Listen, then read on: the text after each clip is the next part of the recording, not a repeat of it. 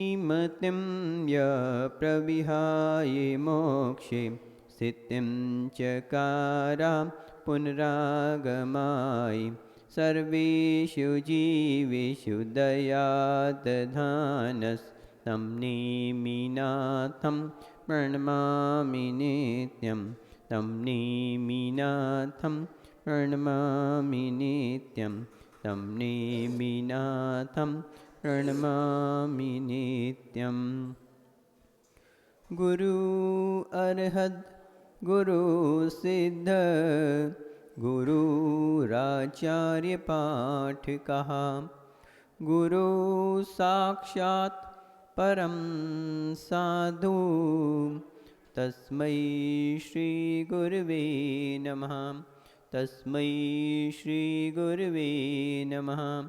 तस्मै श्री विराग गुरवे नमः। नमः श्रीवर्धमानाय निर्धोत्कलिलात्मने सालोकानां त्रिलोकानां यद्विद्यादर्पणायते यद्विद्यादर्पणायते यद्विद्यादर्पणायते।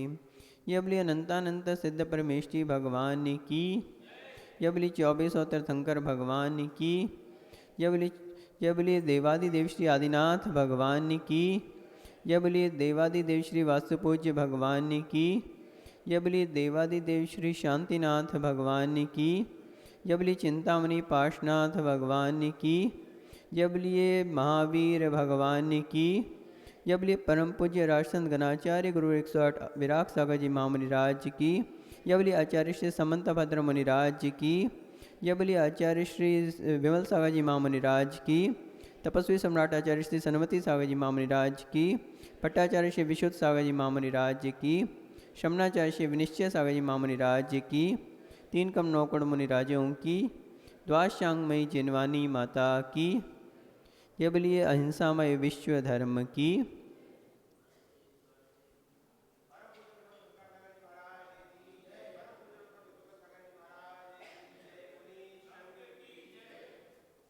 बंधुओं, परम पूज्य आचार्य श्री समंत भद्र महामुनि राज रतनकंड श्रावकाचार्य के माध्यम से धर्म का स्वरूप बतला रहे थे, और इसमें हमने देखा कि आचार्य श्री ने प्रथम अधिकार में सम्यक दर्शन का वर्णन किया था, द्वितीय अधिकार में सम्यक ज्ञान का वर्णन किया था। इसके उपरांत तीसरे अधिकार में आचार्य श्री ने सम्यक चारित्र के विषय में कथन किया, और सम्यक चारित्र के कथन में आचार्य श्री ने श्रावकों के 12 व्रतों के विषय में बतलाया कि जिनमें 5 अनुव्रत, 3 गुणव्रत और 4 शिक्षा व्रत होते हैं। तो 5 अनुव्रत जो हैं वो मुख्य रूप से रहते हैं, और बाकी जो 4 शिक्षा व्रत और 3 गुणव्रत ये 7 शील कहे जाते हैं, जो कि एक बाड़ की तरह से काम करते हैं। यानी उन अनुव्रतों की रक्षा के लिए ये शील रहते हैं। जैसे खेत में आप बाड़ लगाते हैं ना, ताकि वो खेत की फसल जो है वो खराब ना हो, तो उसी प्रकार से ये 7 शील जो हैं वो उन 5 अनुव्रतों की रक्षा के लिए बाड़ की तरह से रहते हैं। तो ऐसा हमने पहले देखा था, जिसमें तीसरे अधिकार में आचार्य ने 5 अनुव्रतों के विषय में विस्तृत वर्णन किया। 5 अनुव्रतों का लक्षण और उनके अतिचारों का एक एक श्लोक के माध्यम से, अनुव्रतों का लक्षण और एक एक श्लोक के माध्यम से उनके 5-5 अतिचारों का वर्णन किया था। और इन सब का वर्णन करने के बाद चौथे अधिकार में आचार्य श्री ने गुणव्रतों का वर्णन कर रहे हैं। तो जिसमें गुणव्रतों में 3 गुणव्रत आचार्य श्री ने बताए थे। कोई बता सकता है कौन कौन से गुणव्रत थे? तेजू भैया, 3 गुणव्रत कौन कौन से थे? इसीलिए कहते हैं ध्यान से सुना करो। 3 गुणव्रत, एक दिग्व्रत, एक अनर्थ दंड व्रत, और तीसरा भोगोपभोग परिमाण व्रत। तो आचार्य समंत भद्र मुनिराज के अनुसार ये 3 जो हैं गुणव्रत होते हैं। तो जिसमें पहला जो दिग्व्रत है, दिग्व्रत, पहला गुणव्रत कौन सा है? दिग्व्रत, यानी दिशाओं का परिमाण कर लेना। हम इसलिए सब बतला रहे हैं क्योंकि आपका थोड़ा सा गैप आ गया आप दीपावली के कारण। तो दीपावली पे गैप आ गया तो हमने कहा थोड़ा पीछे का रिवीजन और कर लें अपन, ताकि आपको सारा रिफ़्रेश हो जाए। वैसे तो आप लोग याद ही नहीं करते, तो रिफ़्रेश का काम ही नहीं है कोई, ठीक है ना। लेकिन फिर भी हम तो जो याद करते हैं उनके लिए रिफ़्रेश किए दे रहे हैं, ठीक है ना। तो गुणव्रत, और गुणव्रतों में पहला कौन सा गुणव्रत? दिग्व्रत। तो दिग्व्रत के विषय में आचार्य ने बताया था कि दशों दिशाओं का परिमान कर लेना, यह क्या कहलाता है? दिग्व्रत कहलाता है। और इसमें विशेषता क्या है कि ये जो परिमान किया जाता है ये आजीवन किया जाता है। ये कैसे किया जाता है? आजीवन। इसमें कोई समय सीमा नहीं रहती, क्योंकि अगर समय सीमा बांध लेंगे कि हम 1 महीने के लिए परिमान कर रहे हैं या 4 महीने के लिए परिमान कर रहे हैं तो वो देशव्रत कहलाएगा, वो दिग्व्रत नहीं कहलाएगा, वो देशव्रत कहलाएगा। लेकिन यहाँ पर गुणव्रत में पहला जो लक्षण है वो क्या है? दिग्व्रत। दिग्व्रत में भी दिशाओं का परिमान किया जाता है और देशव्रत में भी दिशाओं का परिमान किया जाता है, लेकिन अंतर मात्र इतना है कि दिग्व्रत में जो परिमान लिया जाता है वो एक बार लिया जाता है, आजीवन लिया जाता है। उसके लिए बार बार बदला नहीं जाता। एक बार ले लिया, अब उसको कम तो कर सकते हैं और आगे आप ऐसा उसको बढ़ा नहीं सकते। जैसे आपने 100 किलोमीटर का परिमाण ले लिया तो 100 से उसको 90 तो कर सकते हो, 80 तो कर सकते हो, लेकिन 110 नहीं कर सकते, तो वो आजीवन लिया जाता है। लेकिन देशव्रत में क्या रहता है? देशव्रत एक समय सीमा के लिए लिया जाता है। आज आपने परिमाण लिया कि मैं 1 महीने के लिए 20 किलोमीटर से आगे नहीं जाऊंगा। 1 महीना पूरा हो गया, अब आपको लगा कि हमें तो 50 किलोमीटर पे जाना है, क्योंकि आपका 1 महीना पूरा हो चुका है, तो आप 50 किलोमीटर की मर्यादा ले सकते हो। तो ये देशव्रत में कर सकते हो आप। लेकिन दिग्व्रत में आपने जो भी सीमा बांध ली वो आजीवन बांध ली जाती है। अब उसमें कहीं भी कोई बढ़ाया नहीं जा सकता, उसको कम तो किया जा सकता है, बढ़ाया नहीं जा सकता। तो इस तरह से हमने देखा कि दिग्व्रत के विषय में आचार्य ने उसका लक्षण बताया कि इसमें 10 दिशाओं का, सभी प्रकार की दिशाओं का परिमान कर लिया जाता है। और आपने देखा अभी महाराज ने भी चतुर्मास की सीमा बांधी हुई थी, तो वो लेकिन एक समय सीमा के लिए थी। कौन सी? चातुर्मास के लिए। तो वो चातुर्मास पूरा हो गया, अब महाराज लोग फ्री, अब कहीं भी जा सकते हैं। जैसे महाराज ने सीमा बांधी थी ना कि भोपाल से बाहर नहीं जाएंगे, तो वो क्या एक समय सीमा के लिए थी। अभी आगे क्या होना है? विधान होना है। तो विधान में आप लोग भी क्या करेंगे? एक अभी पंडित जी जो अपने क्या करवाएंगे? एक मौली बंधन कर देंगे कि आप जितना समय विधान चलेगा उतना समय यहाँ से बाहर नहीं जाओगे। इसलिए पहले से जो है सब लोग तैयार रहेंगे कि हाँ जितना समय हमारी पूजन चलेगी उतना समय हमारा इस मंदिर से बाहर नहीं जाएंगे। तो ये क्या कहलाता है? वो समय सीमा के लिए। लेकिन दिग्व्रत जो है वो उसमें समय सीमा नहीं रहती, वो आजीवन उसका परिमान किया जाता है। तो उसी दिग्व्रत के विषय में हमने देखा था कि ये जो दिग्व्रत है आजीवन ले लिया जाता है और इसमें सभी दिशाओं का आजीवन परिमान करने के बाद फिर अब उसमें कोई चेंज नहीं किया जा सकता। तो अब यहाँ पर आचार्य इतना सब वर्णन करने के बाद एक प्रश्न ये भी आया था कि जो सीमाओं का परिमान कर लिया, क्योंकि गुणव्रतों का लक्षण क्या रहता है? गुणव्रतों का ये लक्षण रहता है कि वे जो हमारे अनुव्रत हैं उनके गुणों को बढ़ाने वाले होते हैं। क्यों लिए जाते हैं गुणव्रत? जो अनुव्रत हमने लिए थे उनके गुणों में वृद्धि करना इनका लक्षण रहता है। इनका कार्य क्या रहता है? गुण में वृद्धि करना। तो दिग्व्रत के द्वारा क्या करते हैं कि हमने जैसे सीमाओं का परिमान कर लिया, तो जो हमने अनुव्रतों में स्थूल पापों का त्याग किया था, स्थूल पापों का, तो उस सीमा के बाहर अब हमारा कोई जाना आने का काम नहीं रहा। हमने आजीवन ही त्याग कर दिया, तो वहाँ से हमारा कोई प्रयोजन नहीं रहा। तो वहाँ पर सूक्ष्म पापों का भी त्याग हो गया। स्थूल पापों का तो हमने अनुव्रतों में त्याग किया ही था, मोटे तौर पर तो त्याग किया था, लेकिन स्थूल पापों के साथ साथ सूक्ष्म पापों का भी हमने दिग्व्रत की जो सीमा बना ली उसके बाहर का सूक्ष्म पापों का भी त्याग हो गया। क्योंकि तीनों लोकों में जीव भरे हुए हैं, तो हम कहीं भी गमनागमन करते हैं, कुछ भी करते हैं, तो क्या होता है? हिंसा का दोष लगता है, परिग्रह का पूरे का दोष लगता है, जब तक आपने परिमाण नहीं बनाया।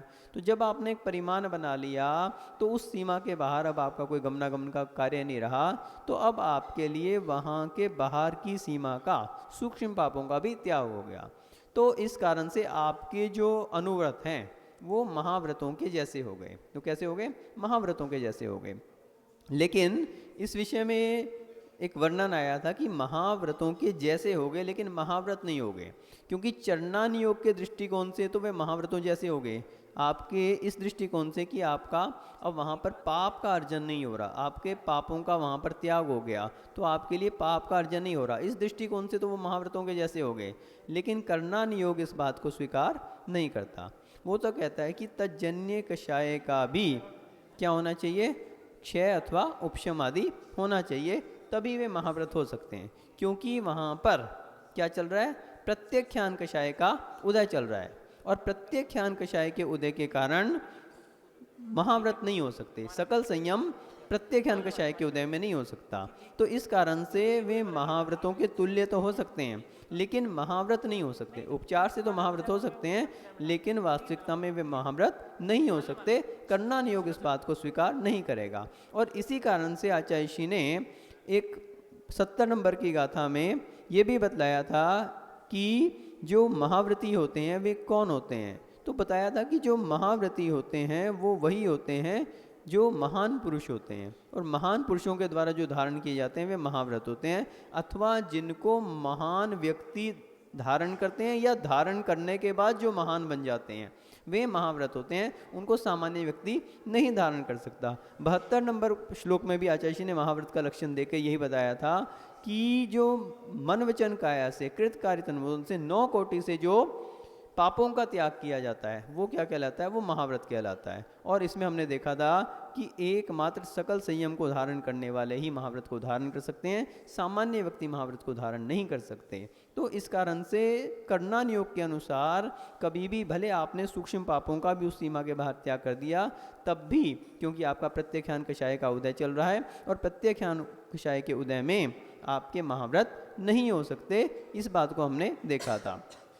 आज आचार्य श्री इतना सब वर्णन करने के बाद अंतिम श्लोक के माध्यम से दिग्व्रत के विषय में, जो अंतिम श्लोक है 73 नंबर का श्लोक, उसके विषय में आचार्य श्री बतला रहे हैं कि इस दिग्व्रत के 5 अतिचार कौन कौन से हैं, कौन कौन से ऐसे अतिचार हैं जिन कारण ये दिग्व्रत में दोष लगते हैं। तो सभी लोग श्लोक नंबर 73 निकाल लेंगे और सब एक साथ बोलेंगे श्लोक नंबर 73, हाथ जोड़ लेंगे सभी लोग। ऊर्ध्वाधस्यातिर्यग् ऊर्ध्वाधस्तातिर्यग् व्यतिपाता क्षेत्रवृद्धिरवधीनाम् विस्मरणं दिग्वृत्ते रत्याशा पंचमन्यते। तो यहाँ पर here Acharya Shri समंतबद्ध Maharaj is telling that there are 5 transgressions of Digvrat. So these one is, first one is व्यतिपातः, to leap over the transgressions, यानी उल्लंघन करना. So that is called व्यतिपाता. The boundaries in the directions of upward, downward and straightward in the same surface or level. तो ये क्या है, ऊर्ध्वाधस्यक तिर्यक व्यतिपाता. Then क्षेत्र वृद्धि, increasing the area, and then विस्मरणन अवधीनाम, तो to forget the limits of areas. So these are called 5 panch means 5, atyashah means transgressions in the digvritte, yani in the direction vow. So to leap over or to transgress the boundaries in the directions of upward, downward or straight forward in the same surface or level, and then increasing the area that is decided earlier, and last one is to forget the limit of area decided, is called 5 transgressions in the direction vow. तो यहाँ पर आचार्य श्री ने बताया कि ये जो दिग्व्रत है, ये दिग्व्रत के 5 अतिचार कौन कौन से हैं। तो यहाँ पर बताया कि जो आपने एरिया डिसाइड किया था, जितना आपने उसकी सीमा बांधी थी, उस सीमा में चक्रेश जी दिग्व्रत के विषय में बताया कि जो आपने सीमा बांध ली थी कि मैं इस एरिया से बाहर आजीवन बाहर नहीं जाऊँगा, तो उसके विषय में बता रहे हैं कि ये जो सीमा बांधी थी इसके बाहर ना जाने का जो व्रत था वो दिग्व्रत कहलाता है। अब इसके 5 अतिचार बता रहे हैं कि 5 ऐसे कौन से अतिचार हैं जिनसे इसमें दोष लगता है। तो उसमें पहला बताया कि ऊर्ध्व यानी ऊपर की सीमा में आगे निकल जाना। जैसे आपने लिमिट बना ली कि मैं 50 फीट से ऊपर नहीं जाऊंगा या 100 फीट से ऊपर नहीं जाऊंगा, और कहीं पर्वत पे चढ़ने का प्रसंग आ गया, और पर्वत पे चढ़ने का प्रसंग जब आया तो वो 100 फीट से ऊपर निकल गए, आप 110 फीट पे पहुंच गए, 120 फीट पे पहुंच गए, तो क्या हो गया, आपका दिग्व्रत में अतिचार लग गया।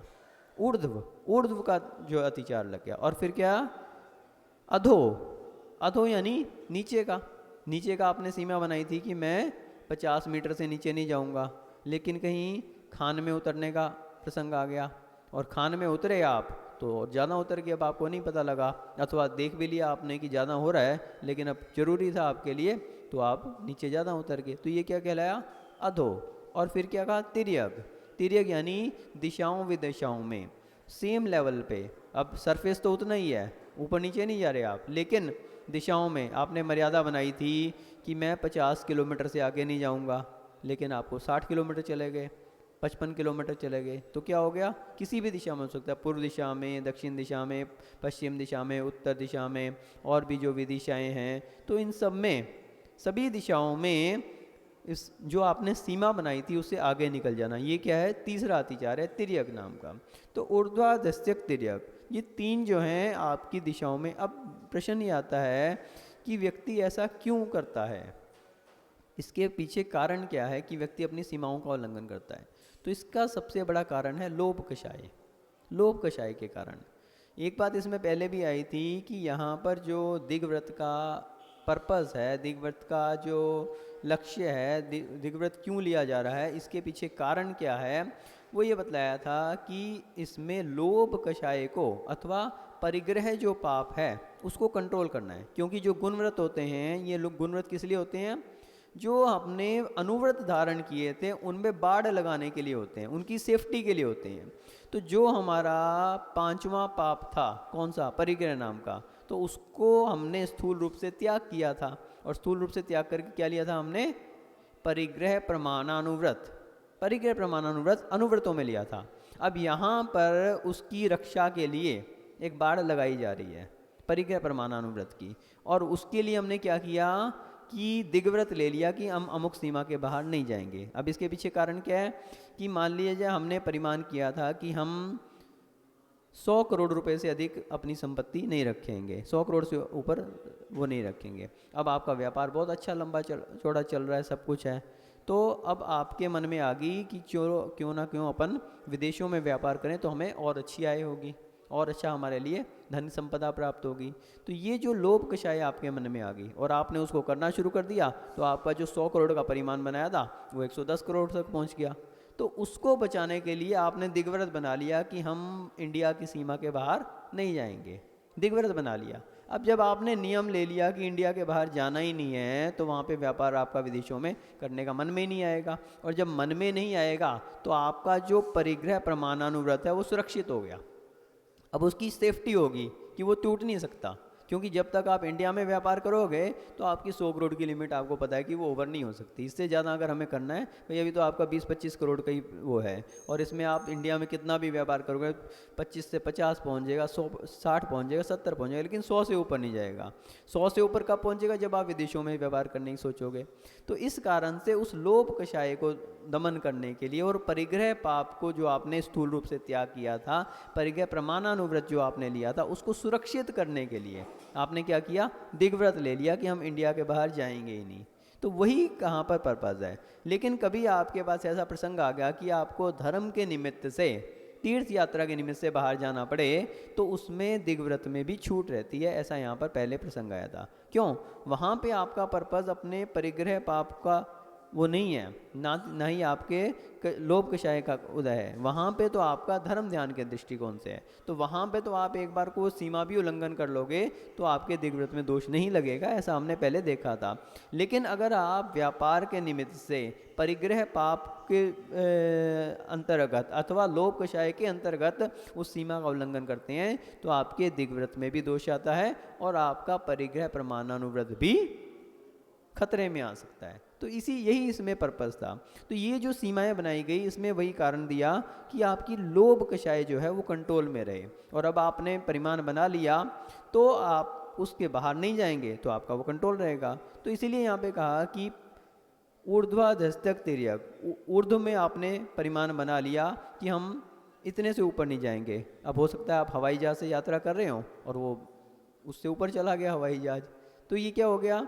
तो इसलिए आपको ध्यान रखना पड़ेगा कि अपनी सीमा जो है उसका उल्लंघन ना हो। और नीचे का आपने परिमाण बनाया था, कहीं आप समुद्र में चले गए पनडुब्बी वगैरह के द्वारा और उससे नीचे चले गए, खान में कहीं नीचे उतर गए, तो उन पे आपको कंट्रोल रखना पड़ेगा। देख के अपनी सीमाएं भी उसी हिसाब से बनानी चाहिए, और जब बना ली तो उनको ध्यान भी रखना चाहिए कि हमारा उससे उल्लंघन ना हो।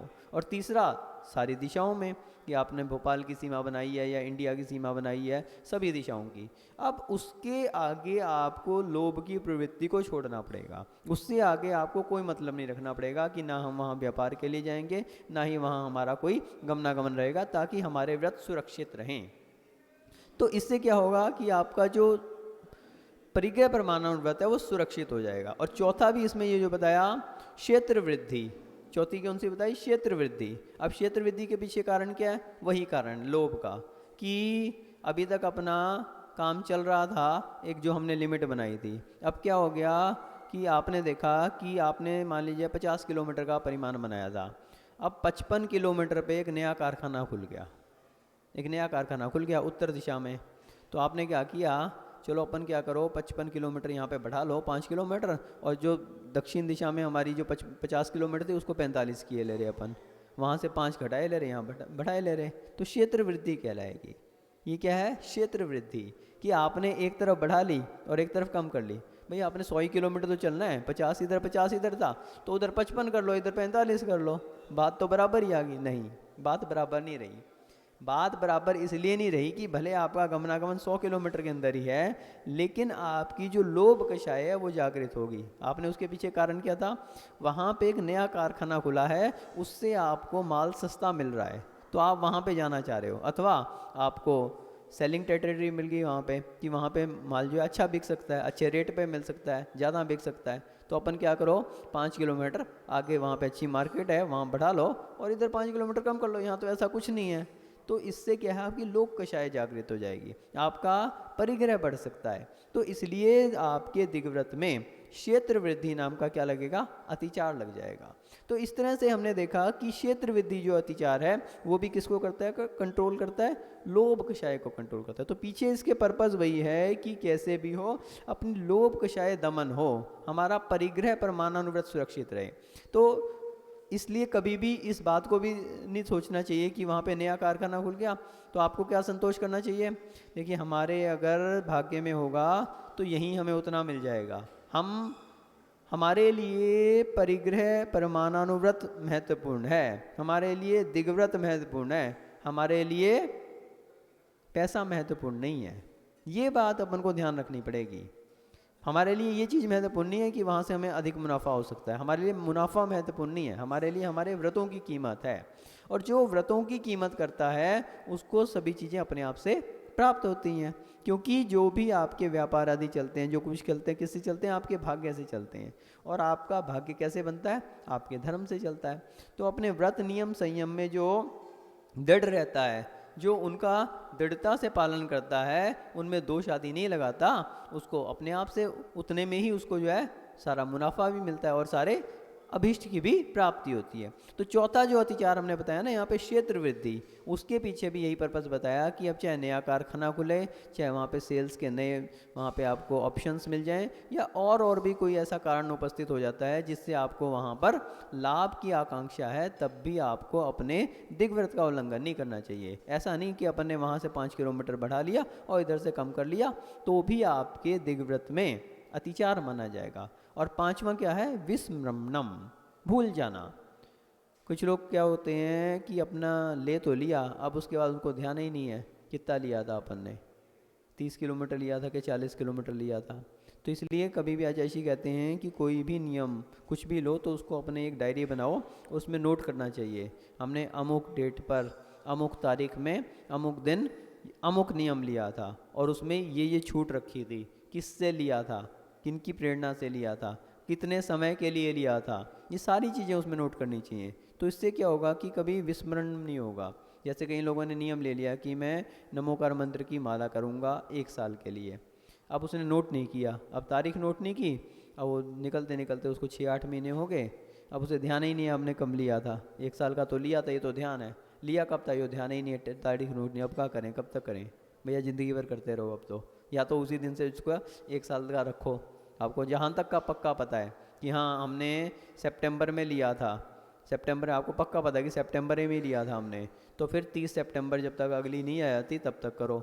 अगर आपको इतना भी ध्यान नहीं है कि सितंबर में लिया था या अगस्त में लिया था या अक्टूबर में लिया था, तो फिर जहाँ तक का आपको ध्यान है, जैसे मान लीजिए आज आपका अक्टूबर चल रहा है, तो आप फिर ये सोच लो कि हाँ कम से कम 2 महीने तो हो गए, मेरे को हो तो गए होंगे 6 महीने, लेकिन आपको पता है कि 3 महीने पहले से तो कम ही समय हुआ है। तो फिर आप क्या करो कि भले आपने मार्च में लिया हो लेकिन जून तक करो उसको, जहाँ का आपको बिल्कुल पक्का विश्वास है कि हाँ इससे पहले तो 1 वर्ष मतलब हो ही जाएगा पूरा, तो उसमें कहीं दोष नहीं। लेकिन ऐसा ना हो कि आपने लिया तो था मार्च में, अब आपको याद नहीं है, आप क्या करें, तो आप हाँ यही फरवरी मार्च के आसपास लिया, चलो फरवरी में पूरा कर लो, नहीं वो नहीं करना चाहिए।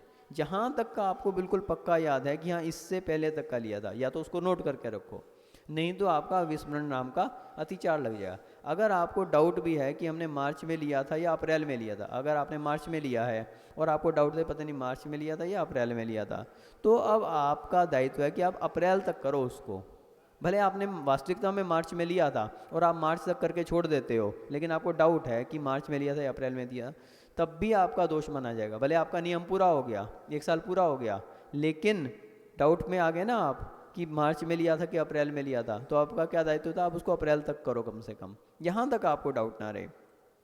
इसी प्रकार से दिग्व्रत में अगर आपने सीमा ली थी कि मैं 40 किलोमीटर से आगे नहीं जाऊँगा, अब आपके माइंड में आ गया हमने 40 किलोमीटर ली थी कि 50 किलोमीटर ली थी, अब ध्यान नहीं है हमें 40 ली थी कि 50 ली थी, 40 से ली होगी, चलो 40 से आगे नहीं जाते अपन, और 40 से आगे आप जो है उसको नहीं क्रॉस कर रहे, तब तो ठीक है।